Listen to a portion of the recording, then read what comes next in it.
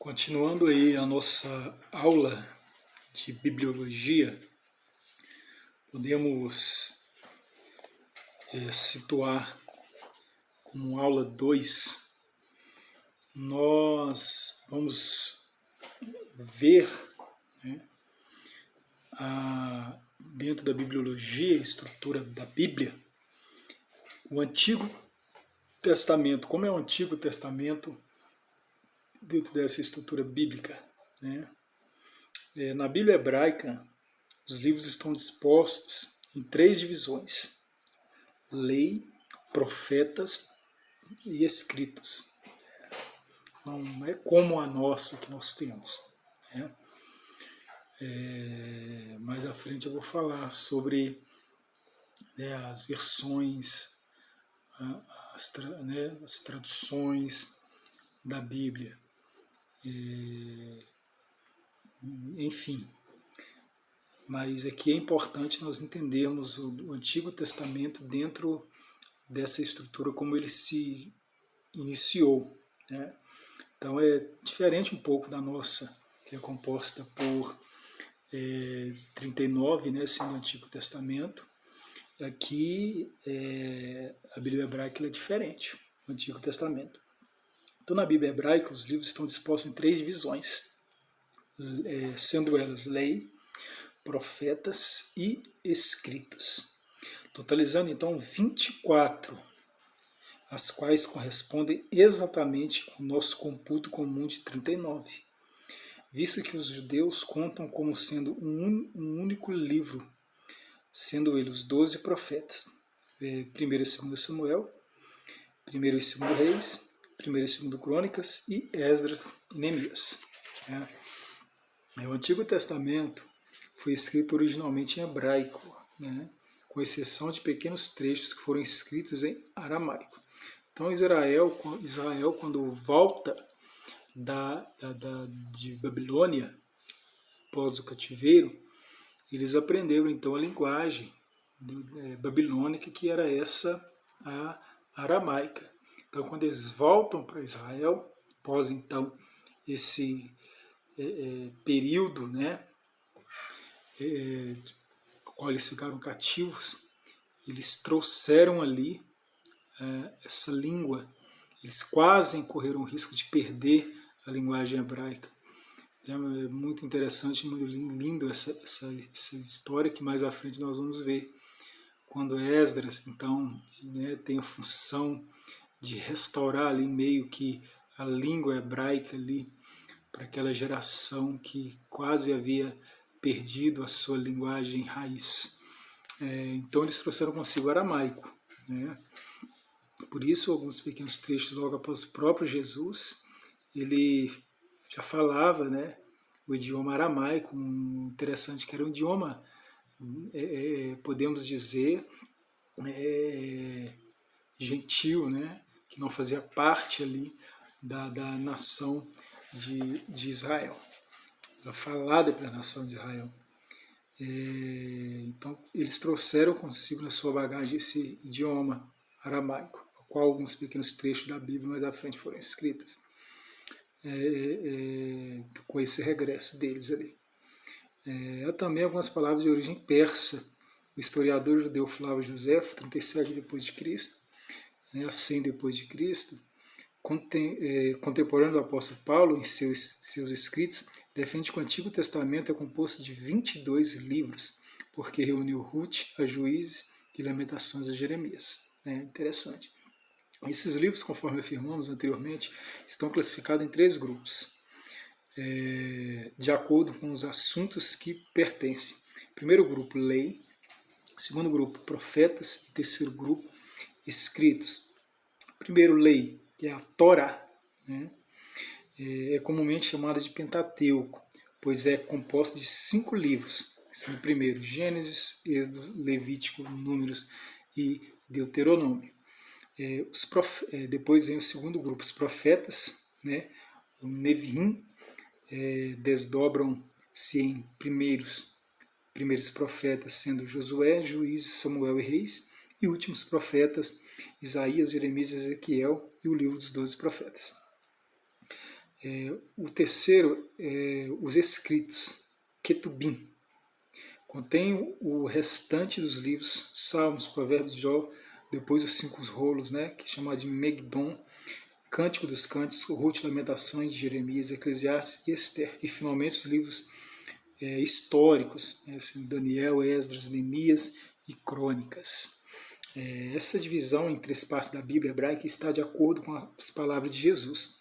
São estas as palavras que vos disse, estando ainda convosco, convinha que se cumprisse tudo o que de mim estava escrito na lei de Moisés, nos profetas e nos salmos. Isso está escrito, essa referência está lá em Lucas 24, 44. Mais comumente, o Novo Testamento refere-se à lei e os profetas. Está lá em Mateus 7, 12, ou a Moisés e os profetas, em Lucas 16, 29. Então, nós vimos aqui, dentro da estrutura da Bíblia, né, a bibliologia, como se deu aí o Antigo Testamento, né, como o Antigo Testamento é visto, então, dentro dessa estrutura. Agora nós vamos ver como é visto o Novo Testamento, como ele se estrutura dentro dessa... como ele é visto, né, se enxerga dentro dessa estrutura bibliológica. Como então nós temos o Novo Testamento, né? O Antigo Testamento ele registra, né, o que Deus falou no passado, muitas vezes, de muitas maneiras, aos pais pelos profetas, né? Deus então falou no Antigo Testamento de muitas maneiras aos pais, né, pelos profetas, aos pais. Que pais são esses? Os pais das suas tribos ali, né? Por exemplo, para Abraão, sendo pai mais à frente ali de Isaac, né? Isaac ele sendo pai de Jacó. Então Deus sempre falou, usou ali os profetas para falar. Deus usa também mais à frente, né? No período, nós nos vemos em Israel, né? Ainda no Antigo Testamento, quando Deus fala através de homens, de profetas, como nós vamos ver profetas ali como Samuel, né, sendo usado para falar ao povo, né? Então a gente vê bastante isso ali. Então o Antigo Testamento registra essa questão, né? Deus fala aos pais pelos profetas, e o Novo Testamento? Então o Novo Testamento registra a palavra final, que ele falou pelo seu Filho. Então se no Antigo Deus fala aos pais pelos profetas, no Novo Deus fala através do seu Filho Jesus Cristo, né? Ou seja, a palavra final de Deus, ali falada através de Jesus Cristo, em que tudo se consumou, né? Em Hebreus 1:1, né? Em Hebreus 1:1 nós vemos isso. Então o Novo Testamento é composto de 27 livros.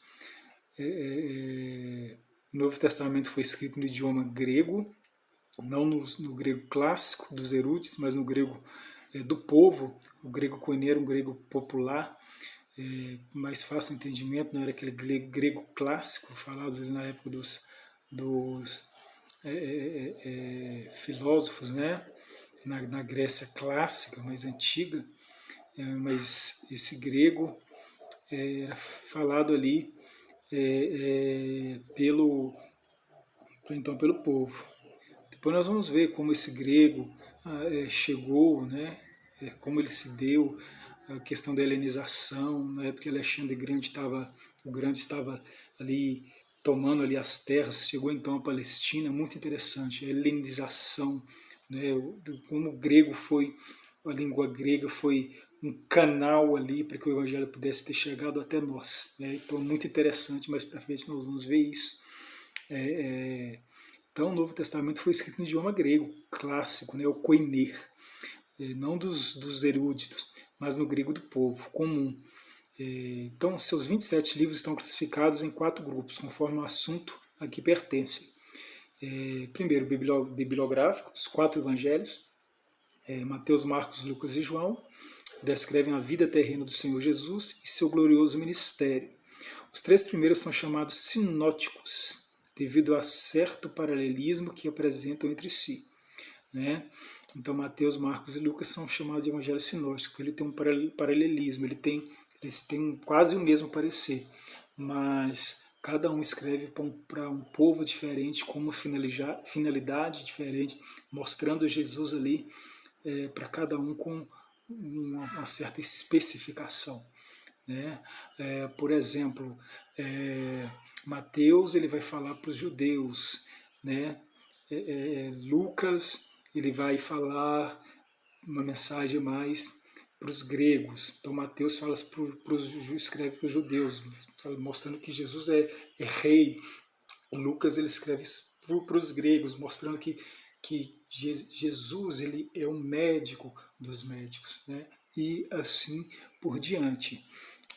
Então, o primeiro grupo a que pertencem ali no Novo Testamento, o primeiro grupo chamado os 4 evangelhos. Então, com essa finalidade, né? Descreve a vida terrena de Jesus, seu glorioso ministério, chamado de evangelho sinótico, devido ao paralelismo que apresentam entre si. Depois temos os livros históricos, que é Atos dos Apóstolos, registra a história da igreja primitiva, seu viver, a propagação do evangelho, tudo por meio do Espírito Santo, conforme Jesus prometerá. Depois temos as epístolas, né? São 21 livros, Romanos a Judas, contém a doutrina da igreja. 9 livros são dirigidos à igreja de Romanos, a 2 Tessalonicenses. 4 livros são dirigidos a indivíduos de 1 Timóteo a Filemon. 1 livro é dirigido aos hebreus cristãos. 7 livros são dirigidos a todos os cristãos, indistintamente, né? De Tiago a Judas. Livros proféticos, né? Que é Apocalipse ou Revelação, trata da volta pessoal do Senhor Jesus à Terra, das coisas que então precederão. Esse glorioso evento nesse livro, temos a evidência de Jesus vindo com seus santos, Jesus vindo com seus santos para destruir o poder gentílico mundial sobre o reinado de Satanás, livrar Israel, que estará no centro da grande tribulação, julgar as nações e estabelecer seu reino milenar. Os primeiros documentos do Novo Testamento a serem escritos foram epístolas do apóstolo Paulo. Estas, juntos, possivelmente com epístolas de Tiago, foram compostas entre 48 d.C. e 60 d.C., antes mesmo que o mais antigo dos evangelhos fosse escrito. Os 4 evangelhos pertencem às décadas entre 60 d.C. e 100 d.C. Então, o evangelho mais antigo, considerado mais antigo, é o evangelho de Marcos, né? Nós vamos ver isso aí mais para frente, em uma outra temática. Então, é muito importante nós termos essa noção do que é a Bíblia, né? Dentro da sua estrutura lógica, né? E também nós temos que entender qual é o tema central da Bíblia dentro dessa estrutura. O tema central da Bíblia é Jesus. Jesus é o tema central da Bíblia. Ele mesmo nos declara em João 5,39. Examinai as Escrituras, porque vos cuidará de ter nela a vida eterna. Isso é elas que de mim testificam. A mensagem central da Bíblia é a história da salvação. E ao longo de ambos os testamentos podem ser distinguidos 3 elementos comuns nessa história reveladora. Né? Então, ao longo de ambos, então a mensagem central da Bíblia é a história da salvação. E ao longo de ambos os testamentos podem ser distinguidos 3 elementos comuns nessa história reveladora. Primeiro, aquela que traz a salvação. Segundo, meio da salvação. Terceiro, os herdeiros da salvação. Isso poderia ser reformulado sob o aspecto da ideia do conserto, ou seja, a salvação, dizendo que a mensagem central da Bíblia é o conserto de Deus com os homens, e que os elementos comuns são o mediador do conserto, a base do conserto, o povo do conserto. Deus mesmo é o salvador de seu povo, ele que confirma seu conserto de misericórdia com o povo. Quem traz a salvação, o mediador do conserto é Jesus Cristo, o Filho de Deus. O meio da salvação, a base do conserto é a graça de Deus, que exige de seu povo uma resposta de fé e obediência. Os herdeiros da salvação, o povo do concerto, são o Israel de Deus, a Igreja de Deus, tomando o Senhor Jesus como centro da Bíblia. Podemos resumir os 66 livros em 5 tópicos referentes a ele, do seguinte modo. Primeiro, preparação. Todo o Antigo Testamento, pois, trata da preparação para o advento de Cristo. Manifestação. O Evangelho que tratam da manifestação de Cristo. Explanação. As epístolas que são as explanações das doutrinas de Cristo. Consumação. O livro de Apocalipse que trata da consumação de todas as coisas preditas por meio de Cristo. A mensagem da Bíblia é a mensagem de Deus para o homem, comunicada muitas vezes e de muitas maneiras. Hebreus 1:1 é finalmente encarnada em Jesus, pois por conseguinte autoridade da Santa Escritura, a qual deve ser crida e obedecida, não depende do testemunho de algum homem ou igreja, mas inteiramente de Deus, que é a própria verdade. Seu autor, portanto, deve ser recebido porque é a palavra de Deus. Né?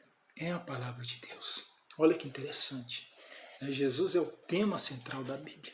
Não há outra coisa mais importante. Nós vemos aí pessoas ficar brigando por coisas fúteis, que não têm importância. A importância da Bíblia, então, se resume nessa centralidade de Jesus. Ele é o centro, ele é o ápice central da Bíblia. A Bíblia toda se resume em Jesus. E também é interessante que dentro dessa estrutura bibliológica, nós temos alguns fatos, particularidades da Bíblia que nós precisamos entender e que muitas pessoas não têm esse conhecimento. Por exemplo, a Bíblia não era dividida em capítulos e versículos. A divisão em capítulos foi feita no ano de 1250 pelo cardeal Hugo de Santer, abade dominicano e estudioso das Escrituras. A divisão entre versículos foi realizada em 2 ocasiões. O Antigo Testamento em 1445 pelo Rabi Natan, o Novo Testamento em 1551 por Robert Steven, um impressor de Paris. A primeira Bíblia a ser publicada inteiramente dividida em versículos foi a Bíblia de Genebra, em 1560. E é de suma importância que você compreenda que essas divisões não faziam parte dos textos originais. Não foram inspiradas. Essas divisões não foram inspiradas, né? A Bíblia toda contém 1189 capítulos e 31.173 versículos. Desses 929 capítulos e 23.214 versículos ocorrem no Antigo Testamento, 260 capítulos e 7.959 versículos no Novo Testamento. O número de palavras e letras depende do idioma e da versão. O maior capítulo é o Salmo 119 e o menor o Salmo 117. O maior versículo está em Esther 8:9. O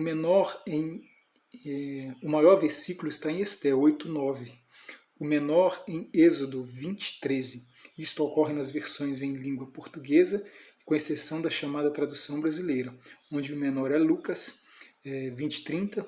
Os livros de Esther e Cantares não contêm a palavra Deus, porém a presença de Deus é evidente nos fatos que neles são desenrolados, principalmente em Esther. Há na Bíblia 8.000 menções a Deus, sob vários nomes divinos, e 177 menções do diabo, sob seus vários nomes. O nome de Jesus consta no primeiro e no último versículo do Novo Testamento. As traduções da Bíblia, toda ou em parte, até 1984, atingiram 1.796 línguas e dialetos. Restam ainda cerca de 1.000 línguas para as quais ela precisa ser traduzida. Isso nos faz pensar muito na questão escatológica, na vinda, toda aquela questão que a gente tem conversado, que inculca muita gente aí. Então a gente precisa entender. Eu vou